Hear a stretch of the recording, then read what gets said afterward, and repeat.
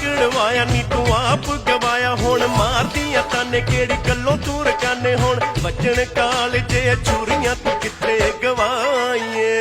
ਮਾਇਆ ਮਲੰਗ ਗਵਾਇਆ ਹਾਏ ਸੋਹਣੀਏ ਨੀ ਕਿੱਥੇ ਗਵਾਈਏ